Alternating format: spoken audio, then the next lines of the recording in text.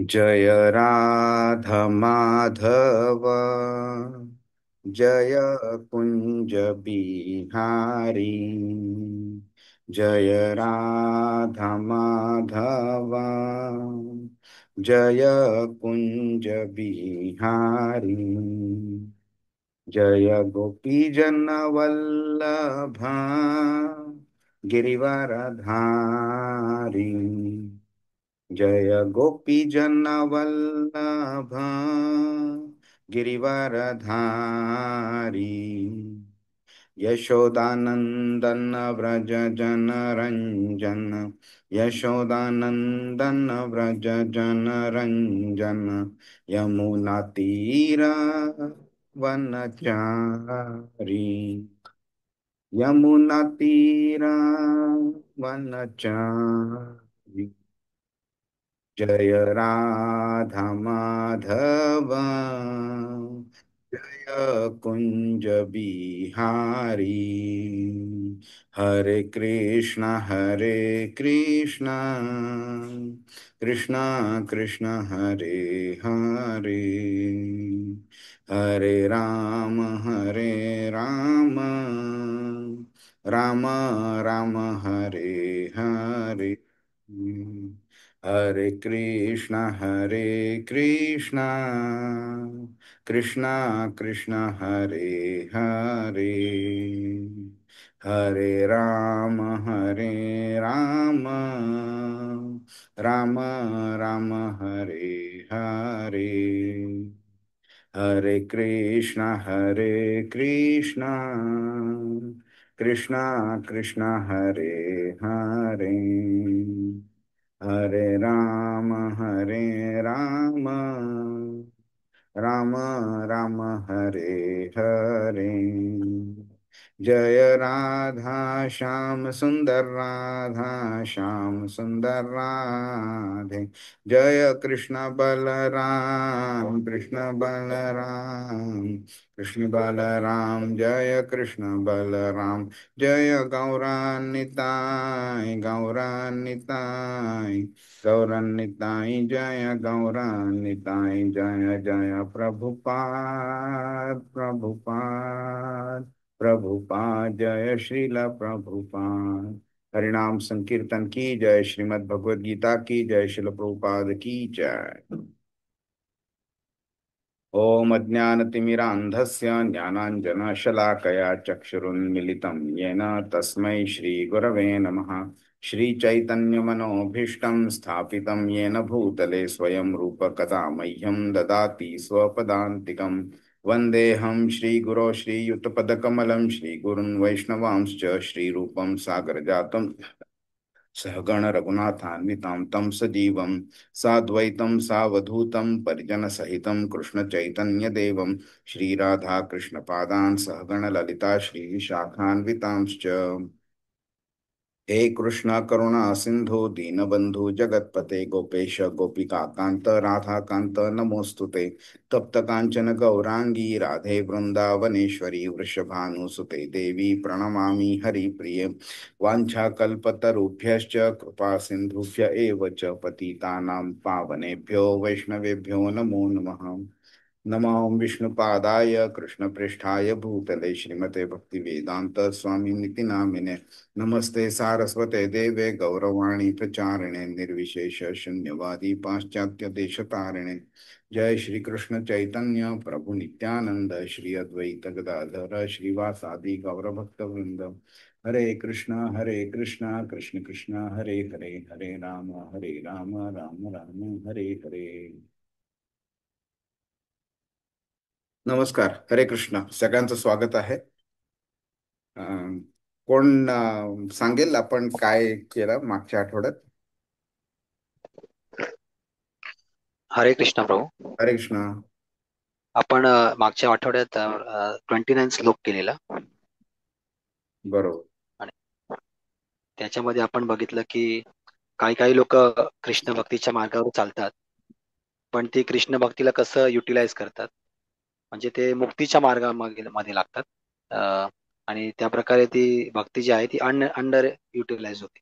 आणि अ, अ, आणि नंतर आपण बघितलं की प्रॉब्लेम नक्की काय तो जर अनालाइज झाला तर त्याचं सोल्युशन पटकन भेटतं. आणि प्रॉब्लेम आपण बघितला, अं, जन्म मृत्यू जरा व्याधी हे प्रॉब्लेम आहेत, आणि हे एकदा समजले का मग ते ऑटोमॅटिक सोल्युशन आपल्याला मिळतं बरोबर. एकंदरीत.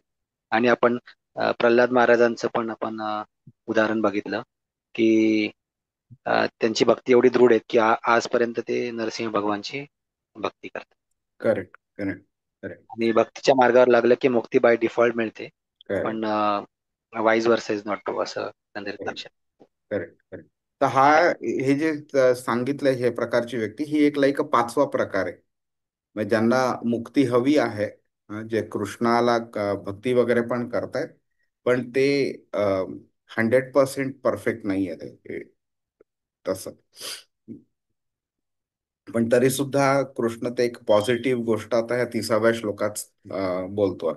ते आपण आज शिकून घेऊया. कोणाला काही प्रश्न आहे? मला एक जस्ट ऍड करायचंय, मी जे रेकॉर्डिंग ऐकलं प्रभूजी त्याच्यामध्ये, हा. की जन्म मृत्यू जरा आणि व्याधी या गोष्टी आपल्या प्रत्येकाच्या जीवनात आहे, आणि या खरं ऍक्च्युली दुःख देणाऱ्या गोष्टी आहे. हे ज्याला कळतं ते खरं ज्ञान आहे. करेक्ट. हा एक मला पॉइंट म्हणजे रेकॉर्डिंग मधला खूप आवडला, म्हणून मी सांगू बरोबर, इच्छिते प्रभू. बरोबर, बरोबर, अगदी बरोबर. तर 13व्या अध्यायामध्ये ना ज्ञानयोग चालू करतो कृष्ण सांगायला. ओके. त्याचा एक ऍस्पेक्ट कृष्णाने 4थ्या अध्यायात सांगितलेला आहे, बट ते ज्ञानयोग म्हणजे कम्प्लिटली अनालिटिकल पद्धतीने सांगितलेलं आहे 13व्या पासून 18व्याच्या अर्ध्या अध्यायापर्यंत. तर तिकडे ना तो ज्ञान म्हणजे काय हे सांगतो 8व्या श्लोकापासून 12व्या श्लोकापर्यंत. भरपूर पॅरामीटर सांगतो ज्ञानाचे. त्याच्यामध्ये एक पॅरामीटर आहे दुःख दोषा अनुदर्शनम. दुःख काय आहे, दोष काय, त्याचं दर्शन होणं म्हणजे ज्ञान आहे. तर आम्ही एक सायन्स ऑफ सेल्फ रिअलायझेशन म्हणून एक कोर्स रन करतात इस्कॉनमध्ये. तर त्याचा कोर्समध्ये ना जनरली जेव्हा सुरुवात होते त्यावेळी जे पण जमलेले असतात ना त्यांना, म्हणजे हे बेसिक लेवलचा कोर्स आहे त्यामुळे बिगिनर्स वगैरे जनरली असतात ह्या कोर्समध्ये. तर आम्ही सुरुवातच ह्या कोर्सची करतो की प्रॉब्लेम, तुम्हाला काय प्रॉब्लेम आहे आयुष्यात. तर लोक बोलतात पैसा नाहीये, नोकरी नाहीये, लग्न होत नाही वगैरे असे असे प्रॉब्लेम. तर मग तिकडे त्या प्रभूंनी प्रॉब्लेमचं डेफिनेशन काय आहे ते सांगितलेलं. ते बोलले की तुम्हाला जो प्रॉब्लेम आहे तोच मला आहे असं नाहीये. त्यामुळे तुमच्या दृष्टीने जो प्रॉब्लेम आहे तो माझ्या दृष्टीने प्रॉब्लेम नाहीये, किंवा मला जो प्रॉब्लेम असेल तो तुमच्या दृष्टीने प्रॉब्लेम नाहीये. तर म्हणून शास्त्रार्थच्या बेसिसवरती प्रॉब्लेमचं डेफिनेशन सांगितलं त्यांनी की जे प्रत्येकाला फेस करावं लागतं. ओके. जे कोणीही अवॉइड करू शकत नाही आणि कोणालाही नको असतं. कोणी बोलत नाही की बाबा मला ओल्ड एज हवंय म्हणून. कोणी बोलत नाही की बाबा मला डेथ हवंय म्हणून. हा. पण जन्म मृत्यू जरा आणि व्याधी ह्या 4 गोष्टी सगळ्यांना मिळतात. ओके. कोणालाही नको असतात आणि म्हणजे कोणीही त्याला अवॉइड करू शकत नाही. म्हणजे जसं हिवाळा आणि उन्हाळा कसा येत राहतो जात राहतो, येत राहतो जात राहतो, राईट. तसंच आणि त्याच्या येण्या आणि जाण्यावरती आपला काही कंट्रोल नसतो. त्याचप्रमाणे मृत्यूनंतर जन्म होणं, जन्मानंतर ओल्ड एज येणं, व्याधी असणं किंवा डेथ होणं, हे सगळ्यांना होतं. कोणालाही नको असतं आणि कोणीही अवॉइड करू शकत नाही त्याला. त्यामुळे जनरली संपूर्ण भौतिक आयुष्याचं जर का प्रॉब्लेम्स जर आपण समराईज करायचे ठरवले ना, तर ह्या 4 गोष्टींमध्ये जन्म मृत्यू जरा व्याधी ह्याच्यामध्ये समराईज करता येतात. आणि त्याच्या अजून फर्दर समरायझेशन केलं तर फक्त जन्म मृत्यू बोललं तरी त्याच्या मध्ये जे आहे ते सगळं इन्क्लूड होतं त्याच्यामध्ये. त्यामुळे बऱ्याच ठिकाणी तुम्ही बघाल भगवद्गीतेमध्ये इवन दुसऱ्या अध्यायामध्ये न जायते म्रियते वा कदाचिन कृष्ण बोलतो. जायते म्हणजे जन्म घेणं, म्रियते म्हणजे मृत्यू होणं. म्हणजे जन्म आणि मृत्यूच्या बद्दल सांगितलं आणि त्याच्या मध्ये असणारे सगळे प्रॉब्लेम्स त्याच्यात इन्क्लूड केलेले आहेत तिकडे. हरे कृष्ण. तर आपण आता एक एक खूप. हा. एक प्रश्न विचारायचा आहे प्रभूजी, की हा. म्हणजे मृत्यू, जरा आणि व्याधी हे आपल्याला खरंच दुःख वाटतात, जे भौतिक जगात असतात. पण जन्म जर बघायला गेलं तर हा एक सोहळा म्हणून सेलिब्रेट केला जातो, राईट? त्यामुळे त्याला पण भक्तीवाल्या लोकांना आय स्टील अंडरस्टँड की जन्म इज स्टील प्रॉब्लेमॅटिक, कारण आपण कृष्णापासून दूर आहोत. म्हणून म्हणून आपण जन्माला पण दुःख म्हणून कॅटेगराईज केलंय का, हे जाणून घ्यायचंय प्रभूजी. ते जन्माला आनंद कोण मानतं? त्याचे आई हा, म्हणजे वडील. भक्ती नसलेले. हा, हा, बरोबर. ते एक आहेच, पण त्याचे आप्तस्वकीय. बरोबर. आता एखादी व्यक्ती, ओके, आपण जस्ट एक एकदम परफेक्ट असं एक्झाम्पल नाहीये, पण जस्ट एक डिस्कशन म्हणून, एखाद्या व्यक्तीला समजा तो जन्मतःच आंधळा किंवा मुका बहिरा जन्माला आला, हात पाय त्याला तू बधीर आहेत वगैरे, त्याला जर विचारला हा जन्म तुला चांगला आहे का, आनंददायी आहे का, तर तो काय बोलेल? साहजिक आहे ना, नाही बोलणार तो. राईट. ओके. त्यामुळे जेव्हा आपल्याला अध्यात्माचं ज्ञान कमी असतं आणि जेव्हा आपण शरीराच्या लेवलवरती विचार करतो ना आपण, त्यावेळी जन्म आपल्याला चांगलाच वाटतो आपल्याला. कारण काय, तर आपल्याला शरीर मिळालंय, आपण त्यातनं आनंद उपभोगू शकतो आणि म्हणून आपल्याला जन्म चांगला वाटतो. पण गंमत कशी आहे की ह्या जन्मा मिळाल्यानंतर ह्याच्यामध्ये जेवढे जेवढे आपल्याला जन्मात प्रॉब्लेम्स फेस करायला लागणार आहेत, त्याचं ज्ञान आपल्याला नाही आहे. म्हणून आपल्याला जन्म आनंददायी वाटतोय. जेव्हा आपल्याला वृद्धावस्था येते, बऱ्याच वृद्ध व्यक्तींना जर तुम्ही विचारलं, ज्यांचं वय 80, 85, 90 वगैरे जे आहे, त्यांना विचारा तुमची आता उरली काय आकांक्षा, काय उरली आहे, तर ते बोलतील की मला आता फक्त मृत्यू हवा आहे म्हणून, बाकी काही नकोय. त्यांना शरीर नकोसं असतं. त्यांना का, तर त्यांना इतके त्रास होत असतात आणि त्यांना काहीही शक्ती नसते शरीरामध्ये वगैरे. तर ह्यांना मग का जन्म आनंददायी वाटत नाही त्यांना? आणि होतं कसे, दुसरी अजून गोष्ट कशी आहे की ह्या जन्मांमुळे तुम्ही अजून काही पाप करण्याची चान्सेस आहेत, ज्याच्यामुळे तुम्हाला अनेक अजून जन्म घ्यावी लागणार आहेत. तर त्याचं पण ज्ञान नसल्यामुळे आपण ह्या जन्माला एक आनंददायीच म्हणून मानतो आपण. पण ते अर्धवट ज्ञान आहे ते. तुम्ही आता बघितलं असेल, बऱ्याच वेळा बर्थडेजचं सेलिब्रेशन होतं, राईट? आपण बऱ्याच वेळा करतो ना आपण. म्हणजे आता तर अशी प्रथा निर्माण झाली आहे की केक नसेल तर बर्थडे सेलिब्रेशन कसं? केक तर पाहिजेच पाहिजे. हो ना. मिनिंग बर्थडे सेलिब्रेट करणं, कसा करणं वगैरे, हे सगळं आता म्हणजे एक सोसायटीमध्ये एक एक्झाम्पल म्हणून सेट झालेलं आहे. आता मला एक गंमत सांगा. मला कधी असं कधी बघितलंय का तुम्ही की तुम्ही कुठे प्रिझनमध्ये गेला आहात आणि तिथे प्रिझनरशी बोलताय, किंवा कोणीही गेलं असेल तर प्रिझनरशी बोलतायत आणि त्याला विचारलंय किंवा कसं वाटतंय तुला इथे, मजा येते का, आनंद येतोय का वगैरे, तर तो कधी असं कोण प्रिझनर बोलेल का, अरे हा खूप छान आहे इकडे, मजा आहे, मस्त आहे, मला तर बाहेर यायची इच्छाच नाहीये म्हणून? हा. असं क्वचित क्वचितच कोणी बोलेल. जर तो बोलेल तरी सुद्धा त्याला अर्धवट ज्ञान असेल म्हणून तो तसं बोलेल. हॉस्पिटलमध्ये जेव्हा पेशंटला ॲडमिट करतात, त्यावेळी त्या पेशंटला विचारायचं की बाबा खरोखर मजा येते का तुम्हाला हॉस्पिटलमध्ये राहायला वगैरे, तर ती व्यक्ती काय बोलेल? हो हो, अगदी आनंद आहे, मला तर आयुष्यभर हॉस्पिटलमध्ये राहायची इच्छा आहे, असं कधी बोलेल का ती? बरं, प्रिझनमधनं बाहेर आल्यावरती किंवा हॉस्पिटलमधनं बाहेर आल्यावरती जर का त्या व्यक्तींना जर आपण विचारलं काय मग नंतरची भेट कधी आपली होणार, परत खेप कधी होणार हॉस्पिटलमध्ये, प्रिझनमध्ये, तर ती व्यक्ती बोलेल का की बाबा मला हां पुढच्या वर्षी येतोच आहे मी, अगदी नक्की कन्फर्म झालं, अपॉइंटमेंट बुक करतोय, तिकीट्स वगैरे बुक करतोय, असं कधी होतं का? त्यामुळे ह्या ज्या जागा आहेत, हॉस्पिटल असो किंवा प्रिझन असो, ही एक सजा आहे. ही एक काही कर्म चुकीची असली की त्याच्यामुळे तिकडे आपल्याला जावं लागतं, तिकडे राहावं लागतं. ती आपली सजा जी आहे ती पूर्ण करावी लागते, मग आपण तिकडनं बाहेर येऊ शकतो. त्यामुळे तिकडे परत जाण्याची कोणी इच्छा ठेवत नाही. तसंच जन्माचं पण तसंच आहे. जन्म जर चांगला असता तर प्रत्येकाला तो हवा हवासा वाटला असता ना. मग जर का मृत्यू जवळ येतोय तर मृत्यूला घाबरते का व्यक्ती?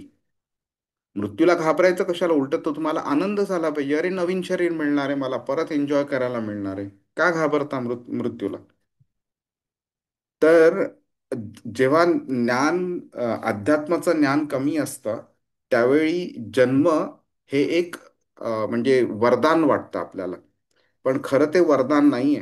त्याच्यामुळे नवीन शरीर उत्पन्न होणार आहेत, नवीन यातना होणार आहेत, मानसिक असो शारीरिक असो, नवीन कर्म क्रिएट करणार आपण. आणि मग त्याच्यामुळे नवीन शरीर अजून अजून अजून अजून मिळत राहणार आपल्याला. हरे खूप कृष्ण. छान प्रभूजी, धन्यवाद. हरे कृष्ण. आता आपण 30वा श्लोक बघूया. साधिभूताधिदैवं मां साधियज्ञं च ये विदुः प्रयाणकालेऽपि च मां ते विदुर्युक्तचेतसः. अनुवाद. हरे कृष्ण. हरे कृष्ण. पूर्णपणे पूर्णपणे मतपरायण झालेले, जे मला भौतिक सृष्टीचा संचालक, देवतांचा नियंत्रक, सर्व यज्ञांचा अधिष्ठा, भगवंत म्हणून जाणतात, ते मृत्यू समय सुद्धा मला जाणू शकतात. हरे कृष्ण. हरे कृष्ण. हं. तर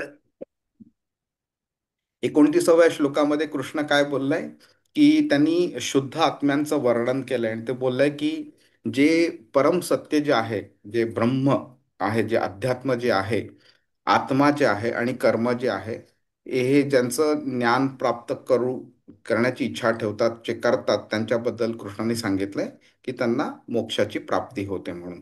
ओके. आणि 30व्या श्लोकात तो सांगतोय की ह्याच व्यक्तींना मरणाच्या वेळी सुद्धा कृष्णाला जर तीन त्याच्या पैलूंद्वारे ओळखलं, अधिभूत, अधियज्ञ आणि अधिदैव, ह्या जर ओळखलं आपण, तर कृष्णाला परम नियंत्रक म्हणून जर आपण ओळखलं, तर आध्यात्मिक प्रयत्न मेजॉरिटी लोक जे करतात, जे भक्त नाही आहेत, म्हणजे भक्त बनण्याची इच्छा ठेवतात पण शुद्ध भक्त नाही आहेत, अशा लोकांना आध्यात्मिक प्रयत्नांचं जे फळ आहे त्यांना ते मुक्ती समजतात, त्याला ते प्राप्त करू शकतात ते. म्हणजे तुम्ही आता गंमत बघा की कृष्णानी त्याचा कसाही वापर केला, लोकांनी जरी केला तरी कृष्ण त्यांना अप्रिशिएट करतोय. तुम्ही स्वार्थी हेतून त्याच्याकडे गेलात की मला काहीतरी प्राप्त करायचं आहे, तू दे मला, तरी सुद्धा तो तुम्हाला वेलकम करतो. आणि उदाराह सर्व एवै, ते 18व्या श्लोकात म्हणाल्याप्रमाणे तो तुम्हाला वेलकम करतो. जर तुम्हाला ज्ञान हवंय आणि त्याच्याकडे गेलात तरी सुद्धा वेलकम करतो. जर तुम्हाला मुक्ती हवी आहे तरी सुद्धा तो वेलकम करतो. जरी तुम्ही देवतांची पूजा केली तरी सुद्धा तो वेलकम करतो. जरी कृष्णाला निराकार समजलं तरी सुद्धा तो तुम्हाला वेलकम करतो, कारण ज्ञान देणारा तोच आहे. आणि जर का तुम्हाला शुद्ध भक्ती हवी आहे तरी तो तुम्हाला वेलकम करतो. त्यामुळे तो कोणत्याही प्रकारे लोकांना वेलकम करतो, कोणालाही रिजेक्ट करत नाही तो. आता जेव्हा 24व्या श्लोकापासून 27व्या श्लोकापर्यंत जेव्हा अज्ञान आणि द्वैत ह्याच्यामुळे कृष्णाला जे व्यवस्थित ओळखू शकत नाहीये त्याच्याबद्दल जेव्हा कृष्णाने सांगितलं, त्यांचं मग सोल्युशन आपल्याला तो 29 आणि 30व्या श्लोकात देतोय, की तो अशा व्यक्तींबद्दल आपल्याला सांगतोय जी आध्यात्मिक दृष्ट्या जे जागृत आहेत. हं? त्यांना त्यांचं पूर्वकर्म जे आहे आणि म्हणजे शुद्ध झालेलं कर्म जे आहे, पुण्यकर्म, त्यामुळे ते आणि भक्ती केलेली आहे त्याच्यामुळे त्यांची चेतना शुद्ध झालेली आहे. आणि ह्या श्लोकामध्ये आता हा 30वा श्लोक जो आहे तो 7व्या अध्यायाचा शेवटचा श्लोक आहे. तर ह्या श्लोकामध्ये तो पूर्ण 7व्या अध्यायाचं समराईज करतोय. त्याचा ऑब्जेक्टिव्ह जो आहे, हेतू जो आहे, की जे पण ज्ञान 7व्या अध्यायात कृष्ण देतोय ना, त्याचं समरायझेशन तो ह्या श्लोकात करतोय. की त्याचा तो संपूर्ण जो परिणाम जो आहे, हे सगळं काही ते ज्या त्यांनी सांगितलं, ते तर तुम्ही जर केलं तर त्याचा परिणाम काय आहे, तर एखाद्या व्यक्ती कृष्णाला ह्या तीन पैलूंमध्ये ओळखू शकतो आणि प्रयाणकाले पिचमाम ते विदुर्युक्त चेतसह, आणि मृत्यूसमयी कृष्णाचं स्मरण करू शकतो तो. आणि हा श्लोक कंटिन्यू होतो 8व्या अध्यायामध्ये. तर हा श्लोक आणि ह्याचा आधीचा श्लोक 29 आणि 30, हे श्लोक 8व्या अध्यायाबरोबर एक कनेक्टिव्हिटी एस्टॅब्लिश करतात. कारण ह्या श्लोकामध्ये 4 असे शब्द आणि आधीच्या श्लोकामध्ये 3 असे शब्द कृष्ण वापरतो, ज्याच्याबद्दल अर्जुन त्याला 8व्या अध्यायामध्ये पहिल्या आणि दुसऱ्या श्लोकामध्ये प्रश्न विचारतो त्याला. त्यामुळे ती कनेक्टिव्हिटी तिकडे येते. आणि 8व्या अध्यायामध्ये आत्ता जो प्रयाण कालेपी हा जो शब्द होता ना, तर ह्या शब्दावरती अर्जुन परत प्रश्न विचारतो आणि कृष्ण डिटेलमध्ये त्याला उत्तर देतो. तो पूर्ण चॅप्टर भर उत्तर आहे त्याचं ते. तर ह्या ते जे 3 शब्द जे आहेत, अधिभूत, अधिदैव आणि अधियज्ञ, ह्याच्याबद्दल आपण 8व्या अध्यायाच्या 3ऱ्या आणि 4थ्या श्लोकामध्ये जेव्हा कृष्ण त्याला उत्तर देतो, त्याच्यामुळे आपण डिटेलमध्ये बघूच, पण अगदी संक्षिप्त रूपात सांगायचं झालं तर अधिभूत, भूत म्हणजे काय, तर जीव. हा, अधिभूत म्हणजे त्या जीवांचा जो नियंत्रक आहे. ओके, तर सगळ्या प्राण्यांचा, सगळ्या जीवांचा नियंत्रक. नंतर अधिदैव, दैव म्हणजे हे देवता जे आहेत ते. तर देवतांचा पण जो अधिष्ठाता आहे, त्याचा जो कंट्रोलर आहे. ओके, आणि अधियज्ञ म्हणजे सगळ्या प्रकारचे जे यज्ञ असतात, कोणत्याही प्रकारचं, अगदी म्हणजे लोक कधी कधी श्वास रोखून मेडिटेशन वगैरे करायचा प्रयत्न करतात, ते सुद्धा एका प्रकारे यज्ञच झालं. यज्ञ म्हणजे बऱ्याच लोकांचा एक गैरसमज असतो की यज्ञ म्हणजे होम हवन केलं त्याला यज्ञ म्हणतात. पण यज्ञ त्याचा जेनेरिक अर्थ आहे सॅक्रिफाईस. ओके, तर वेगळ्या वेगळ्या प्रकारचे सॅक्रिफायसेस असतात. त्यापैकी एक प्रकार म्हणजे होम हवन करणं असतं. तर होम हवन म्हणजे यज्ञ नाही, पण यज्ञाचा एक प्रकार म्हणजे होम हवन. तर कृष्ण काय बोलतोय की मी अधियज्ञ आहे, आणि कोणत्याही प्रकारचं सॅक्रिफाईस असो, त्या सगळ्या प्रकारच्या सॅक्रिफाईसचा फळ जे आहे ते फायनली मलाच येतं. हम्म. आणि 5व्या अध्यायाच्या 29व्या श्लोकामध्ये पण कृष्ण तेच बोललाय तिकडे, की मी सगळ्या यज्ञांचा भोगता मी आहे. नंतर ह्या लोकांचं काय होतं पुढे, तर ह्या प्रकारे जेव्हा कृष्णाला ओळखतात ते, की सर्व प्राणांचा नियंत्रक, सर्व देवतांचा स्रोत, सर्व देवतांचा नियंत्रक, नंतर सगळ्या यज्ञांचं फळ ज्याला मिळतं, हं, म्हणजे ज्याच्या करता खरं यज्ञ केलं पाहिजे, ज्याच्या करता यज्ञ होतं डायरेक्टली किंवा इनडायरेक्टली, हे जेव्हा आपण समजतो की हेच कृष्ण आहे, त्यावेळी एखादी व्यक्ती, भक्त, त्याचं मन कृष्णावरती एकाग्र करू शकते आणि मग त्याला तो समर्पण करू शकतो युक्त चेतसह.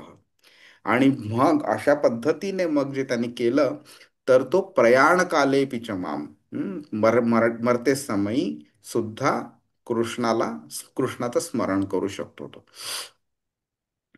तर हे जे ज्ञान आहे ना, त्यामुळे काय होतंय की भौतिक असो किंवा दैवी असो किंवा यज्ञकर्म असो, ह्या सगळ्या प्रकारच्या कर्मांमध्ये, सगळ्या प्रकारच्या ज्या काही ॲक्शन्स असतील, त्याच्यामध्ये जे एक फाउंडेशन बोलतो ना, एक मूलभूत तत्व म्हणतो ना, ते मूलभूत तत्व म्हणजे कृष्ण आहे. ते आपल्याला जेव्हा समजतं, त्यावेळी आपण आपलं ज्ञान, आपली इच्छा, आपले कर्म, आपली सेवा, आपली भक्ती, आपलं जे काही आहे ना, ते आपण कृष्णाकडे वळवायला चालू करतो आपण. आणि त्यामुळे त्याचा फायदा काय होतो, की अशा चेतना जेव्हा आपली शुद्ध होत राहते, हळूहळू हळूहळू शुद्ध होते, त्यावेळी आपण मर्त्याक समयी सुद्धा शुद्ध चेतना असते आपली. आणि अशा शुद्ध चेतनेमध्ये आपण जेव्हा आपण देह सोडतो, त्यावेळी आपल्याला कृष्णाचं स्मरण होऊ शकतं. हं? आता 8व्या अध्यायाच्या 5व्या आणि 6व्या श्लोकामध्ये कृष्णाने म्हणजे कोणत्या मानसिक स्थितीमध्ये तुम्ही जेव्हा देह सोडतात त्यावेळी काय होतं ते सांगितलेलं आहे. तो बोलतो 5व्या अध्यायामध्ये की जर तुम्ही माझं स्मरण केलं तर तुम्ही माझ्याकडे येता. आणि 6व्या श्लोकात बोलतो की जर का तुम्ही ज्याचं पण तुम्ही स्मरण केलात मरते समयी, त्या प्रकारचं शरीर तुम्हाला मिळतं पुढच्या जन्मी. त्यामुळे इट इज व्हेरी इम्पॉर्टंट की आपण कृष्णाचं स्मरण करू शकलो पाहिजे मरतेक समयी. तर आता मी हे याचं असं एक लेक्चर देत होतो एका ठिकाणी, तर एकानी म्हणजे ऑफकोर्स मस्करीमध्ये तो बोलला. तो बोलला की चांगलं आहे ना, आपण आयुष्यभर मजा मस्ती करून घ्यायची आणि मरते समयी फक्त कृष्णाचं स्मरण करायचं, म्हणजे आपल्याला कृष्णाकडे जाता येईल. म्हणजे पृथ्वी तलावरती असताना सुद्धा आनंद मजा मस्ती करून घेतलेली आहे, आणि नंतर जन्म पण नाही घ्यावा लागणार आणि कृष्णाकडे पण जाता येईल. तर ह्याचं गंमत अशी आहे ना की हा प्रॅक्टिकली पॉसिबल नाही आहे. त्याचं पहिलं कारण म्हणजे आपल्याला हे माहिती नसतं की आपला मृत्यू कधी होणार आहे. दुसऱ्या म्हणजे जेव्हा आपल्याला कळतं की आपल्याला आपला मृत्यू ह्या समयी होणार आहे, त्यावेळी आपल्या मनाची इतकी चलबिचल अवस्था झालेली असते, कारण कोणालाही मृत्यू नको असतो. त्यावेळी ती कॉन्शियसनेस जो आहे ती शुद्ध असूच शकत नाही.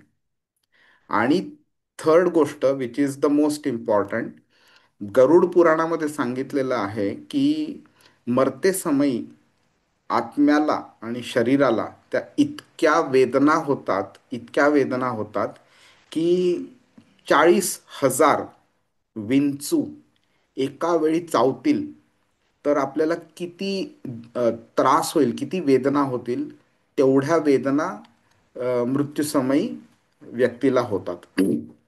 हे भक्तांना होत नाही, फक्त ऑर्डिनरी लोकांचं सांगितलेलं आहे. तुम्ही इमॅजिन करा, एक लाल मुंगी किंवा मुंगळा जर का आपल्या हाताला चावला तर आपल्याला किती वेदना होतील. एक विंचू चावला तर किती वेदना होतील, आणि अशाच प्रकारे 40,000 विंचू चावले तर किती वेदना होतील. तर तेवढ्या वेदना मृत्यूसमयी होतात. जेव्हा एक मुंगळा आपल्या हाताला चावतो त्यावेळी आपण बाकीच्या सगळ्या गोष्टी विसरून जातो. पहिलं आधी त्या मुंगळाला शरीरापासून वेगळं करायचा प्रयत्न चालू असतो आपला. तर अशा वेळी तुम्ही कृष्णाचं कसं स्मरण करू शकाल तुम्ही? त्यामुळे तुमची चेतना जर आयुष्यभर तुम्ही भौतिक लेवलवरती ठेवली तर कृष्णाचं स्मरण होणं इम्पॉसिबल आहे तुम्हाला. त्यामुळे इकडे कृष्ण काय सांगतोय की तुम्हाला तुमची चेतना आयुष्यभर शुद्ध करत राहिलीच पाहिजे, तरच तुम्हाला माझं स्मरण शेवटच्या समयी होऊ शकेल. आणि जर ती चेतना शुद्ध करायची असेल तर कृष्णाला ओळखणं आवश्यक आहे. आणि ते ओळखण्याकरता मग तो इथे आपल्याला ह्या तीन गोष्टी स्वतःबद्दल सांगतोय. तो अधिभूत आहे, सर्व प्राण्यांचा नियंत्रक आहे, सर्व देवतांचा नियंत्रक आहे तो, आणि सर्व यज्ञांचा बेनिफॅक्टर पण येतो. ओके. आता आपण जस्ट एक छोटीशी गोष्ट बघून घेऊया. ह्या जरा टेक्निकल गोष्टी झाल्या. ह्या म्हणजे समजा तुम्हाला अगदी समजल्या नाहीत तरी काहीही फरक पडणार नाही. ठीक आहे. तर त्या गोष्टी कृष्ण आता काय करतोय, हे ब्रह्म, अध्यात्म, कर्म ह्या तीन शब्दांचा त्यांनी नवीन वापर केलेला आधीच्या श्लोकामध्ये, 29व्या श्लोकामध्ये. तर खरं बघितलं तर हे शब्द नवीन नाहीये. ब्रह्म हा शब्द त्यांनी भरपूर वेळा वापरलाय, अध्यात्म हा पण वापरलेला आहे, आणि कर्म तर वापरलाच आहे भरपूर वेळा. पण ह्या श्लोकामध्ये तो हे चार टर्म्स आहेत तो पहिल्यांदा बोलतोय: अधिभूत, अधिदैव आणि अधियज्ञ आणि प्रयाणकाल. तर हे जे चार नवीन शब्द वापरतोय तो, ओके, त्याचा वापर शिकवण्याकरता म्हणजे ज्ञान देण्याकरता, त्याचं शिकवण्याच्या पद्धती अ, च्या दृष्टीने जर बघितलं तर तो कसा वापर करतो त्याचा, हे आपण बघूया. तर काय होतं की आता अस्पष्ट असे शब्द, म्हणजे क्लॅरिटी कमी असलेले शब्द, उच्चाराच्या दृष्टीने अस्पष्ट नाही, तर कृष्ण मुद्दामून हे गुंतागुंतीचे शब्द आणि अपरिचित असे शब्द तो स्पष्टीकरण न देता वापरतोय तो. ठीक आहे. तर ही शिकवण्याची एक पद्धत आहे, आणि ती मुद्दामून तो वापरतोय तो कृष्ण, का तर गोंधळ उडाला पाहिजे त्यातनं. ओके. गोंधळ उडाला तर काय होतं की व्यक्ती त्याला क्वेश्चन्स पण विचारू शकते. आल्दो तो इकडे गोंधळ उडवण्यासाठी करत नाहीये, पण जेव्हा विद्यार्थी असतो तो सिरियस असतो आणि तो स्वतःच्या प्रश्न आपल्या गुरुला विचारतो आणि त्याच्याकडनं क्लॅरिफिकेशन घेतो, तर अशा मुलाला जर गोंधळ उडाला तर तो त्रासदायक नाही वाटत, तो त्याचा ऑपॉर्च्युनिटी म्हणून वापर करून घेतो. आणि जेव्हा गुरु असे शब्द वापरतो त्यावेळी तो विद्यार्थ्याची लक्ष किती आहे, श्रवण करण्याची त्याची तयारी किती आहे आणि त्याची इच्छा किती आहे, आणि गहन अभ्यास करून घेण्याची इच्छा पण तो बघत असतो.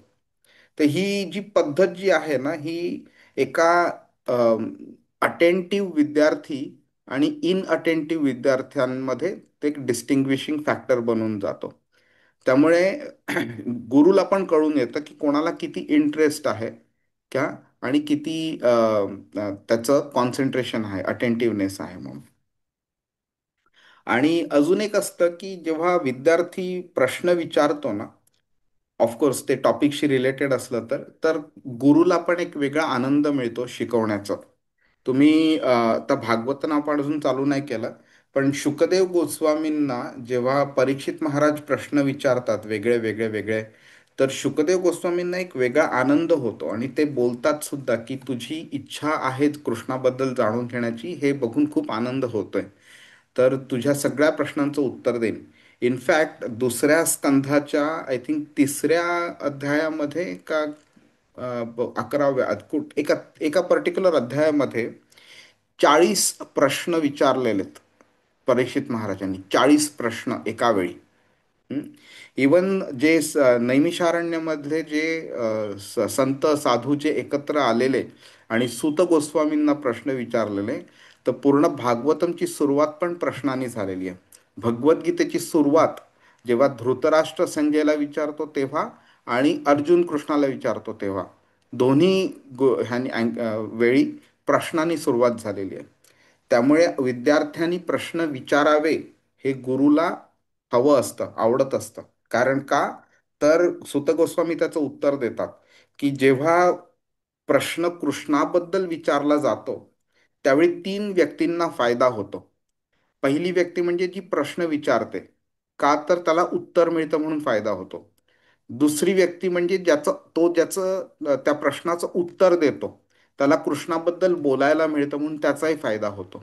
आणि तिसरी व्यक्ती म्हणजे जे सगळे व्यक्ती ज्या प्रश्न च्या बाजूला किंवा उत्तर देण्याच्या बाजूला बसलेले असतात, जे ऐकतात ते, त्यांचा सुद्धा फायदा होतो.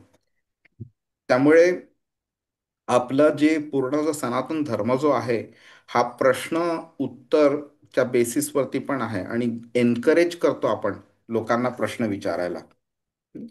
तर अर्जुन इथे आदर्श विद्यार्थी आहे. तो हे ज्या अपरिचित असे टर्म्स वापरलेत कृष्णाने, तो डायरेक्टली एक्सेप्ट नाही करत, पण तो त्याच्याबद्दल प्रश्न विचारतो 8व्या अध्यायाच्या पहिल्या आणि दुसऱ्या श्लोकामध्ये. तर त्याची जी हे प्रश्न विचारतोय आणि इमिडिएटली विचारतोय, असं नाही की बरं बघू नंतर कधीतरी विचारू, असं पण नाहीये. तर त्यामुळे त्याचा इंटरेस्ट किती आहे, त्यांनी त्याचं बुद्धी पूर्णपणे त्यांनी गुंतवली आहे कृष्णाच्या गोष्टी ऐकण्यामध्ये आणि डीपमध्ये त्याला समजून घ्यायचं एकदम, ते त्याचे क्वालिटीज दाखवतं. आणि त्याला रिवॉर्ड म्हणून कृष्ण त्याचं एक संक्षिप्त रूपामध्ये उत्तर सुद्धा देतो त्याबद्दल. म्हणजे तो खरं कृष्ण असं बोलू शकला असता, अरे काय रे, ब्रह्म अध्यात्म आणि कर्म हे काय मी पहिल्यांदा काय वापरलं नाही, तर तू आत्ता काय विचारतोय, आधी का नाही विचारत, म्हणजे तू इंटरेस्टेड नाहीये, असं नाही बोलत आहे तो. तर कृष्ण त्याला अप्रिशिएट करतो आणि त्याबद्दल उत्तर पण देतो. त्यामुळे कृष्ण ह्यात सगळ्या जे टर्म्स आहेत त्याच्यावरती ते एक भर देत आहेत की तो स्वतः एक परम सत्य आहे. सगळ्या वास्तव जे आहे, वास्तव म्हणू नाही शकत, पण भौतिक जे काय आहे त्याचं मूळ आधार तो आहे म्हणून. तर कृष्ण अधिभूत आहे, अधियज्ञ आहे, अधिदैव आहे. त्यामुळे हे ते अजूनही हे करू शकतं की तो सगळ्यांचा आदी पण आहे आणि अंत पण आहे. 10व्या अध्यायाच्या 8व्या श्लोकामध्ये कृष्ण बोलतो, अहम सर्वस्य प्रभवो मत्तः सर्वम प्रवर्तते. मी सगळ्या भौतिक आणि सगळ्या आध्यात्मिक गोष्टींचा मी मी स्रोत आहे, मी क्रिएट करतो मी ते. तर आपल्याला म्हणजे हे प्रश्न जेव्हा विचारतो ना अर्जुन, त्याच्या मागे मेंटॅलिटी काय आहे हे समजणं पण आवश्यक आहे. म्हणजे आपण त्याला जास्तही अप्रिशिएट करू शकतो आपण त्याला. तर हे जे 3 पैलू आहेत ना, ह्याच्याबद्दल जर आपण अगदी बेसिक वरती लेवलवरती जरा बघून घेऊया. तर अधिभूत म्हणजे काय, तर सगळ्या भौतिक जगामध्ये जे काही प्राणी मात्र आहेत, जे काही वस्तू आहेत, त्याचा नियंत्रक तो आहे. नंतर हे अजूनही म्हणजे की नुसतं पाणी जीव असं नाहीये, तर भौतिक गोष्टीत आणि आध्यात्मिक गोष्टीमध्ये त्या ह्या ज्या क्षेत्रामध्ये जे काही आहे सगळंच्या सगळं त्याच्या नियंत्रणाखाली आहेत. तर तुम्हाला आठवत असेल 7व्या अध्यायाच्या 6व्या श्लोकामध्ये कृष्ण बोललेलं ना, एतद् योनीनी भूतानी सर्वाणीत्युपधारय. तो बोलतोय की हे जे दोन्ही प्रकृती आहेत, भौतिक प्रकृती आणि आध्यात्मिक प्रकृती, ह्या हे कोणतीही गोष्ट जीव असो किंवा निर्जीव असो, सजीव असो किंवा निर्जीव असो, कोणतीही गोष्ट ह्या दोन प्रकृतींच्या बाहेर नाहीये. या कोणत्या ना कोणत्या दोनपैकी कोणत्या ना कोणत्या प्रकृतीच्या अंडर आहे ते. आणि तो बोलतोय की आणि हे दोन्ही प्रकृती माझ्या अंडर आहेत. ह्याचाच अर्थ काय होतो की अशी कोणतीच गोष्ट नाहीये जी कृष्णाच्या नियंत्रणाखाली नाहीये ते. तर हे अधिभूत म्हणून आपण समजू शकतो. आता जेव्हा तो अधिभूत सांगतोय त्यावेळी त्याच्यामध्ये खरं तर दैव पण आलंच त्याच्यामध्ये, कारण देवता सुद्धा इतर भौतिक जगात आहेत किंवा आध्यात्मिक जगात आहेत, त्याच्या बाहेर नाही आहेत. तरी सुद्धा तो स्पेसिफिकली हे सांगतोय आपल्याला की देवतांचा स्रोत पण तो आहे म्हणून. ओके. त्यामुळे जरी त्यांच्याकडे एक विशिष्ट शक्ती असली तरी त्यांचा स्रोत आणि त्यांना जी शक्ती दिली आहे त्याचा स्रोत आणि त्याचं नियंत्रण करता, नुसतं मी एनर्जी आहे मी तुम्हाला क्रिएट करून दिली आता माझा तुमच्यावरती कंट्रोल सुटला असं नाहीये. तर तुम्हाला मी क्रिएट पण करीन, तुम्हाला मी शक्ती पण देईन, आणि तुम्हाला आणि तुमच्या शक्तीला दोघांनाही मी कंट्रोल करू शकतो मी. हे सामर्थ्य पण आहे त्याच्याकडे आणि तो अधिकार पण आहे त्याच्याकडे. आणि अधियज्ञ, अधियज्ञ म्हणजे कोणत्याही प्रकारचं यज्ञ असो त्याचं फायनल ऑब्जेक्टिव्ह हा कृष्णच असतो, डायरेक्टली किंवा इनडायरेक्टली. आणि आपल्याला माहिती असो किंवा आपल्याला माहिती नसो, पण त्याचा शेवट जो आहे तो कृष्णच आहे. तर इकडे युक्त चेतस हा शब्द वापरलेला आहे, तर अगदी पटकनपणे हे बघून घेऊया. तर हा युक्त चेतस म्हणजे भक्ताबद्दल कृष्ण सांगतोय की ज्यांनी त्याचं मन कृष्णामध्ये असं एकत्र एकाग्र आणि संलग्न केलेलं आहे, तर तो युक्त चेतसः. युक्त म्हणजे काय, तर जोडलं जाणं, आणि चेतसः म्हणजे चैतन्य आपलं. ओके. तर असा भक्त जो भक्ती करतो आहे, आध्यात्मिक साधना करतो आहे, एक शिस्त आहे त्याच्याकडे, आणि त्याने त्याचं मनावरती कंट्रोल केलेला आहे, त्याच्या भावनांवरती कंट्रोल केलेला आहे, आणि त्यांनी त्याचं मन कृष्णावरती एकाग्र ठेवलं आहे, असा व्यक्ती कृष्णाशी संबंध ठेवत असतो. आणि त्याचं उपयोग त्याला कसा होतो, तर आध्यात्मिक त्याची वाढ होत राहते, त्याची भक्ती भक्ती अजून वाढत राहते त्याच्यामध्ये, आणि तो भक्तीमध्ये स्थिरता पण मिळवू शकतो जेव्हा तो मनावरती एकाग्रता, मनावरती कंट्रोल करू शकतो आणि एकाग्र ठेवू शकतो तो कृष्णावरती. त्यामुळे ते करण्याकरता जी कृष्णाबद्दलची माहिती हवी आहे तो ती इकडे देतोय. जर का कोणी मला सांगितलं की अमुक एका व्यक्तीवरती, ज्या व्यक्तीचं मी कधी नाव पण ऐकलं नाहीये, त्या व्यक्तीवरती मला कॉन्सन्ट्रेट करायला सांगितलं तर शक्य नाहीये. पण तर जर का त्या व्यक्तीबद्दल मला त्यांनी संपूर्ण माहिती दिली, त्याच्या क्वालिटीज काय आहेत, फीचर्स काय आहेत, कॅरेक्टरिस्टिक्स काय आहेत, त्याची पर्सनॅलिटी कशी आहे वगैरे, तर त्या इन्फॉर्मेशनचा ची मदत घेऊन मी त्या व्यक्तीवरती कॉन्सन्ट्रेट करायचा प्रयत्न करू शकतो. आता म्हणून इथे कृष्ण स्वतःबद्दल पण माहिती देतोय की माझ्याबद्दल माहिती मिळाल्यावरती तुम्ही माझ्यावरती तुमचं लक्ष केंद्रित करू शकता. आणि त्यामुळे होतं काय, तर मरणाच्या वेळी आपण आपलं मन त्याच्यावरती स्थिर करू शकतो आणि मग कृष्ण आपल्याला त्याच्या धामापर्यंत घेऊन जाऊ शकतो. ठीक आहे, मी एक पॉज घेतोय. कोणाला काही प्रश्न आहे का? थोडा हे हेवी आहेत टॉपिक्स जरा, पण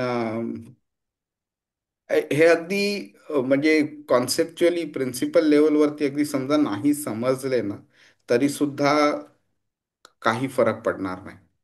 ओके. कृष्ण हा कृष्णच राहणार आहे, आपण त्याच्याकडे कसेही बघितलं तरी.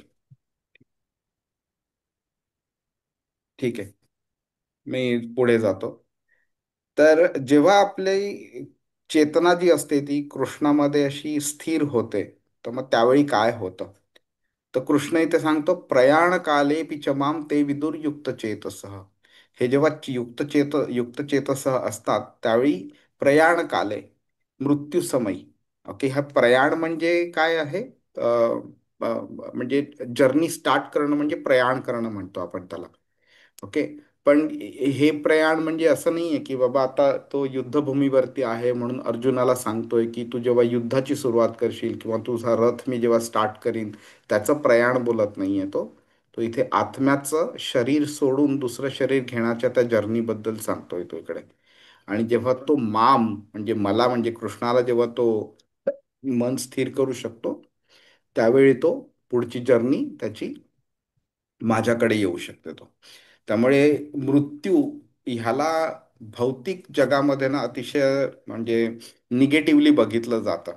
मृत्यूबद्दल कोणी जर का डिस्कशन केलं तर नाही नाही नाही, मला ऐकवत नाही, मला बोलायचं नाही त्याबद्दल, हा टॉपिक खूप निगेटिव्ह आहे असं बोललं जातं. पण मृत्यू हा आध्यात्मिक दृष्ट्या एक अतिशय महत्वाचा क्षण आहे. जसं एक मुलगा असतो 10वी 12वी किंवा इंजिनिअरिंग किंवा डॉक्टरची परीक्षा जेव्हा असते, त्यावेळी कसं पूर्ण वर्षभर त्यांनी अभ्यास केलेला असतो आणि नंतर एक परीक्षा देतो तो. त्या परीक्षाच्या रिझल्टवरती त्याचं पुढचं भविष्य अवलंबून असतं. तर मृत्यू सुद्धा एक परीक्षाच आहे. पूर्ण आयुष्यभर आपण काय केलंय, चांगलं वाईट जे काय केलंय, त्याची परीक्षा मृत्यूच्या समयी होते. त्यामुळे आध्यात्मिक दृष्ट्या हा खूप महत्वाचा क्षण आहे. त्या क्षणी जी आपली चैतन्य असतं, जी चेतना असते आपली, त्याचे क्वालिटी काय असते, त्याच्या बेसिसवरती आपल्या मनामध्ये विचार येतात वेगळे वेगळे. आणि त्या विचारांच्या बेसिसवरती आपल्याला पुढचा जन्म काय मिळणार आहे ते ठरतं.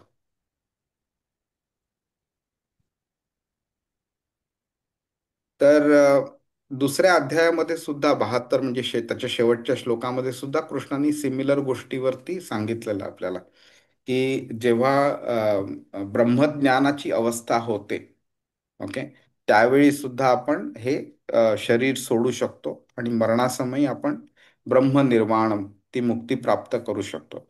पण गंमत अशी ह्या दोन श्लोकांमधल्या की कॉन्सेप्ट जरी सेम असला तरी दुसऱ्या अध्यायामध्ये कृष्णाने स्वतःबद्दल ओळख नव्हती करून दिलेली आणि आता त्यांनी ओळख करून दिलेली आहे. त्यामुळे इथे ह्या श्लोकामध्ये कृष्णाने ऍक्च्युली ब्रह्म म्हणजे कोण आणि कोणाचं नाव घेऊन कोणाचं स्मरण करून आपण ते देह सोडू शकतो त्याची क्लॅरिटी इथे दिलेली आहे इकडे.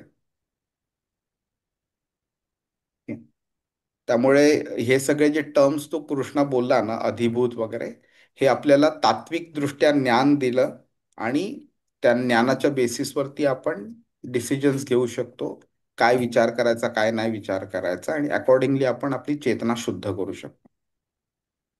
तर जे भक्त जे असतात ना, ते ह्या गोष्टीबद्दल तेवढा विचार करत नाहीत.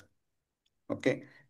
त्यांना ह्याचं म्हणजे तेवढं काही टेक्निकल दृष्ट्या त्यांना एवढं फरक नाही पडत की कृष्ण सगळ्या गोष्टींचा नियंत्रक आहे हे मला लक्षात ठेवलं पाहिजे, देवतांचा नियंत्रक आहे हे लक्षात ठेवलं पाहिजे वगैरे. कृष्णा हा अल्टिमेट आहे आणि मी त्याचीच भक्ती करणार, एवढं फक्त ज्ञान असलं तरी इनफ असतं.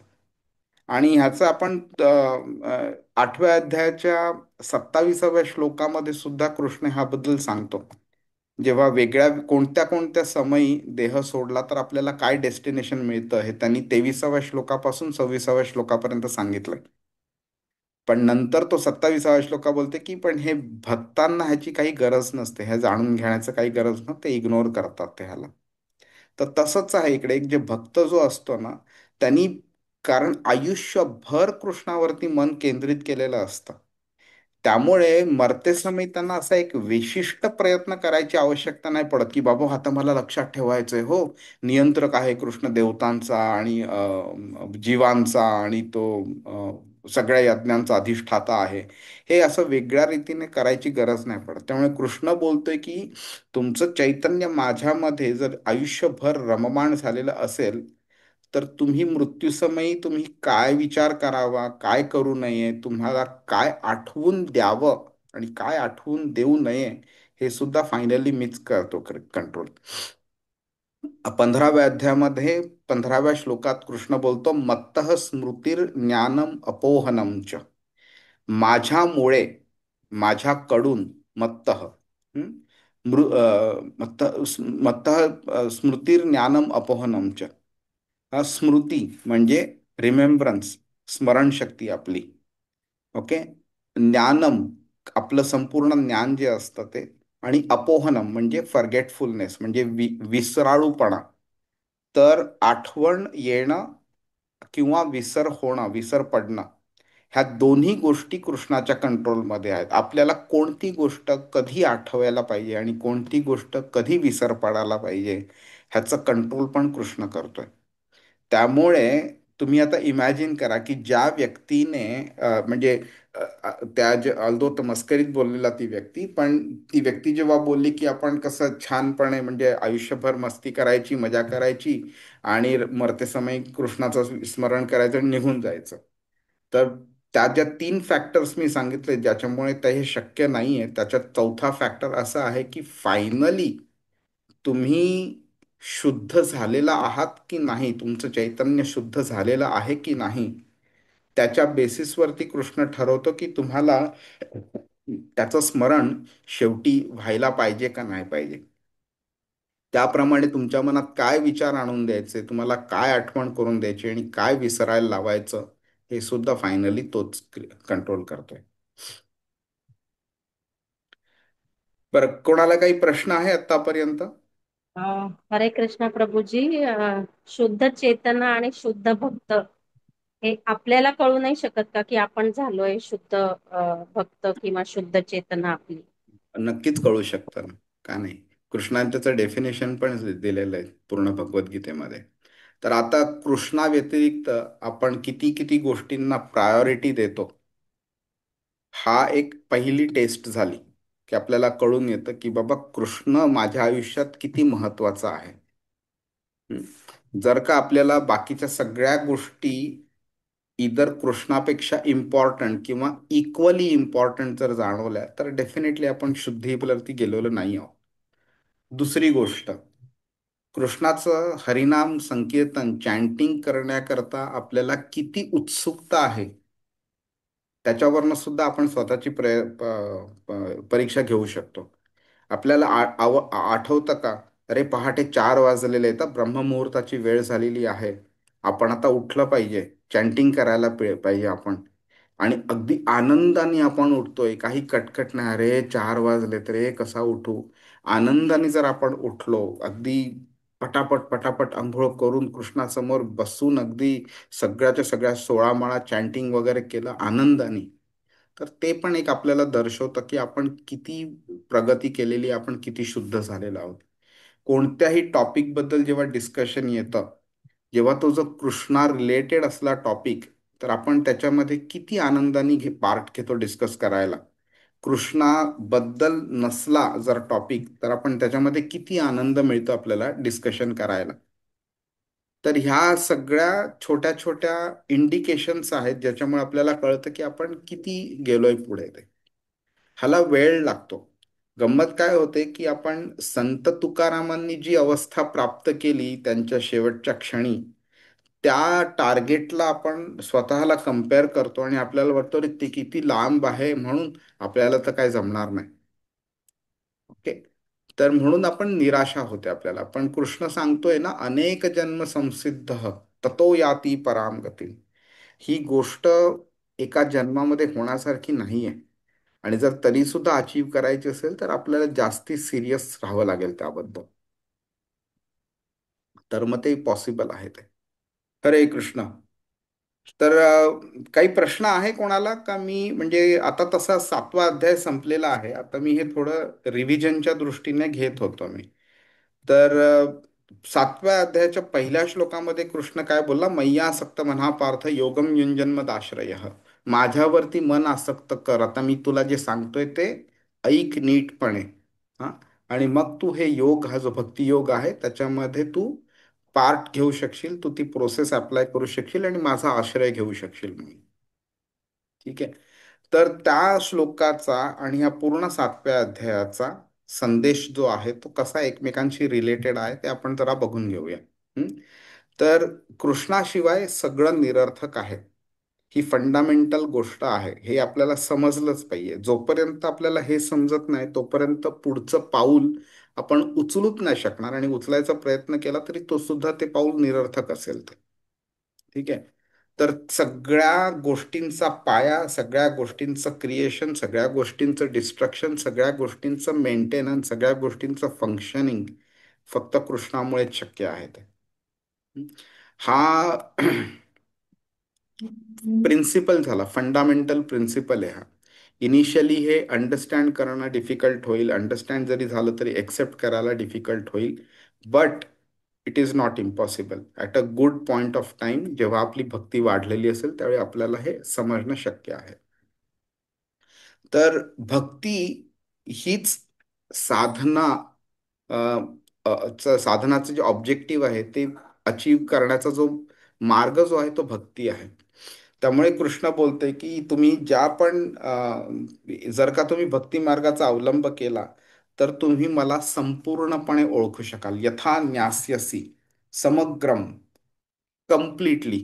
आणि नुसतं कम्प्लिटली नाही तर तुम्ही असंशय, म्हणजे तुम्हाला कोणत्या प्रकारचा डाऊट पण नाही राहणार मनामध्ये.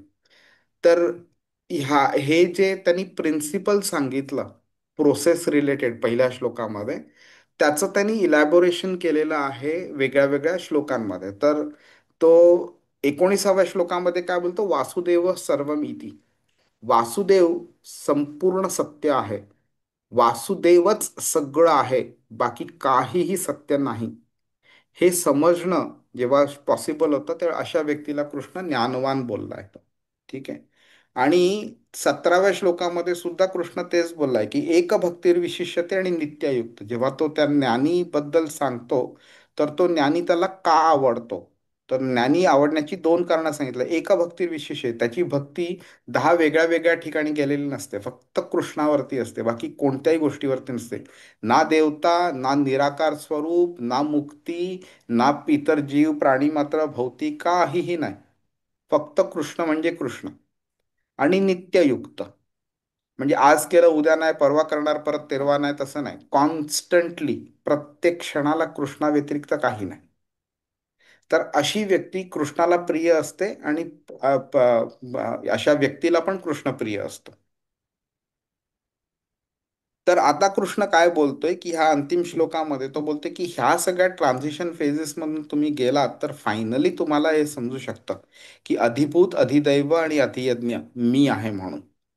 त्यामुळे शेवटी तुम्हाला सांगतो की अशा पद्धत तुम्ही स्थिर मनाने तुम्ही जर चेतना तुमची माझ्यामध्ये युक्त केली तर तुम्ही माझ्याकडे येऊ शकता शेवटी. तर त्यामुळे काय झाले, सुरुवात जी झाली पहिल्या श्लोकामध्ये ती प्रोसेस सांगितली, त्या प्रोसेसचं डिटेलिंग केलं कृष्णाने बाकीच्या श्लोकांमध्ये, आणि 29-30व्या श्लोकामध्ये त्यांनी त्याचं फायनल डेस्टिनेशन सांगितलंय तिकडे. हम्म. आता एक अजून हे करून घेऊया की हे सगळं पॉसिबल कशामुळे होतं. तर ह्या 7व्या अध्यायाचा हेतू काय आहे की आपल्याला कृष्ण भावनामय बनलं पाहिजे, आणि कृष्ण बनवायचा प्रयत्न करतोय तो, बरोबर. तर जेव्हा आपल्याला कृष्ण भावनामय बनायचं आहे तर आपल्याला असे जे फॅक्टर्स आहेत ज्याच्यामुळे आपण पॉझिटिव्हली कृष्ण भावनामय बनू शकतो, त्या फॅक्टर्स अवलंबले गेले पाहिजेत किंवा त्याचा वाढ केली पाहिजे. आणि जे निगेटिव्ह फॅक्टर्स आहेत ज्याच्यामुळे आपण कृष्णापासून लांब जाऊ शकतो ते सगळे फॅक्टर्स अवॉइड केले पाहिजे. तर कृष्णाने फॅक्टर्स बद्दल सांगतोय तो इकडे, आणि त्या प्रोसेस बद्दल सांगतोय वगैरे. आणि त्यापैकी एक असा सगळ्यात महत्वाचा फॅक्टर म्हणजे जे कृष्ण भावनामय ऑलरेडी झालेले आहेत अशा व्यक्तींच्या सहवासात राहणं. म्हणजे आपण म्हणजे म्हणजेच जे अशी लोक जी आहेत त्यांच्या सहवासात आपण जर राहिलो तर त्यांचे विचार, त्यांचे आचरण, त्यांच्या सवयी वगैरे ज्या आहेत त्यांच्यातनं आपण शिकू शकतो, आपले गुण दोष आपले ओळखू शकतो, चुकीच्या गोष्टी आपण थांबवू शकतो, चांगल्या गोष्टी आपण स्टार्ट करू शकतो वगैरे. त्यामुळे त्यांचा सहवास जो असतो तो सहवास आपल्या स्पिरिच्युअल जर्नी करता खूप म्हणजे खूप इम्पॉर्टंट आहे. एखादी व्यक्तीने ठरवलं की मी माळ घेणार आणि हिमालयात जाणार आणि 24 तास चॅन्टिंग करणार, तर ते सुरुवातीचे काही दिवस काही महिने तो करू शकेल, पण नंतर त्याचं मन लागणार नाही. काही ना काही कारणामुळे त्याचं मन भरकटत जाईल आणि शेवटी तो परत भौतिक जगात येईल. आणि ह्याची दोन मोठी उदाहरणं म्हणजे विश्वामित्र आणि सौभरी मुनी. त्यांच्याबद्दल आपण बोललेलो, राईट. विश्वामित्रांनी काय केलं, फक्त मेनकेच्या पैंजणाच्या आवाजामुळे त्यांचं मन, त्याची तपस्या भंग झाली. आणि सौभरी मुनींना काय झालं, पाण्याच्या खाली जाऊन तपस्या करत होते तरी सुद्धा दोन माशांमध्ये संबंध जो होता तर त्यांनी दिसला, त्यांना बघितला आणि त्यांना लग्न करण्याची इच्छा झाली तिकडे. त्यामुळे एकांतामध्ये आपण कृष्ण भक्ती स्वतःच्या बळावरती करू शकतो, ह्या गैरसमजुतीमध्ये आपण कधीच नाही राहायला पाहिजे. जेव्हा भक्तांच्या सहवासात राहू, त्या भक्तांच्या कृपेनी आपण आपलं हे जर्नी आपण जास्ती चांगली करू शकतो आपण. त्यामुळे आपण कोण आहोत, आपण कृष्ण कोण आहे, कृष्णांना आपण का विसरतो वगैरे, ह्या गोष्टी आपल्याला समजायला थोड्या सिंपल पडतात.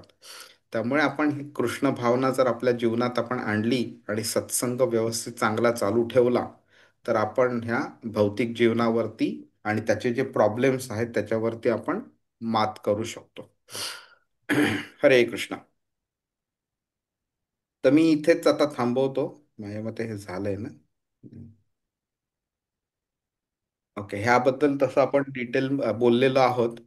पण अगदीच म्हणजे ह्या अध्यायामध्ये काय काय विषय घेतलेले त्याबद्दल लिहिलंय इकडे. दुःखी व्यक्ती, जिज्ञासू व्यक्ती, भौतिक गरजा असलेली व्यक्ती, ज्याला ब्रह्मज्ञान झालेलं आहे अशी व्यक्ती, किंवा ज्याला परमात्मा ज्ञान झालंय अशी व्यक्ती, जन्म, मृत्यू आणि वेगळ्या वेगळ्या रोगांपासून मुक्ती वगैरे, या सगळ्या परमेश्वराची उपासना, कृष्ण कोण आहे, कृष्णाचे कॅरेक्टरिस्टिक्स काय, त्याची कॅपेबिलिटी काय, त्याची पोझिशन काय आहे, बाकीच्यांचं त्याच्याशी रिलेशन काय आहे वगैरे, ह्या टॉपिक्स बद्दल आपण बोललो. शुद्ध भक्ती काय आहे त्याबद्दल बोललो, त्याचं उद्दिष्ट काय आहे त्याबद्दल बोललो. आणि भक्तीमध्ये प्रगती करायची असेल तर दृढ व्रत असलेलं मॅन्डेटरी आहे, त्याबद्दल पण आपण बोललो आपण. हरे कृष्ण. ते ह्याचाचमुळे आता 7वा अध्याय संपला आपला. पुढच्या क्लासमध्ये आपण पूर्ण अध्यायाचं एक समरी बघून घेऊया आणि मग नंतर आपण 8वा अध्याय सुरू करूया. हरे कृष्ण. तर आपण भेटूया पुढच्या आठवड्यामध्ये. Hare Krishna, Hare Krishna.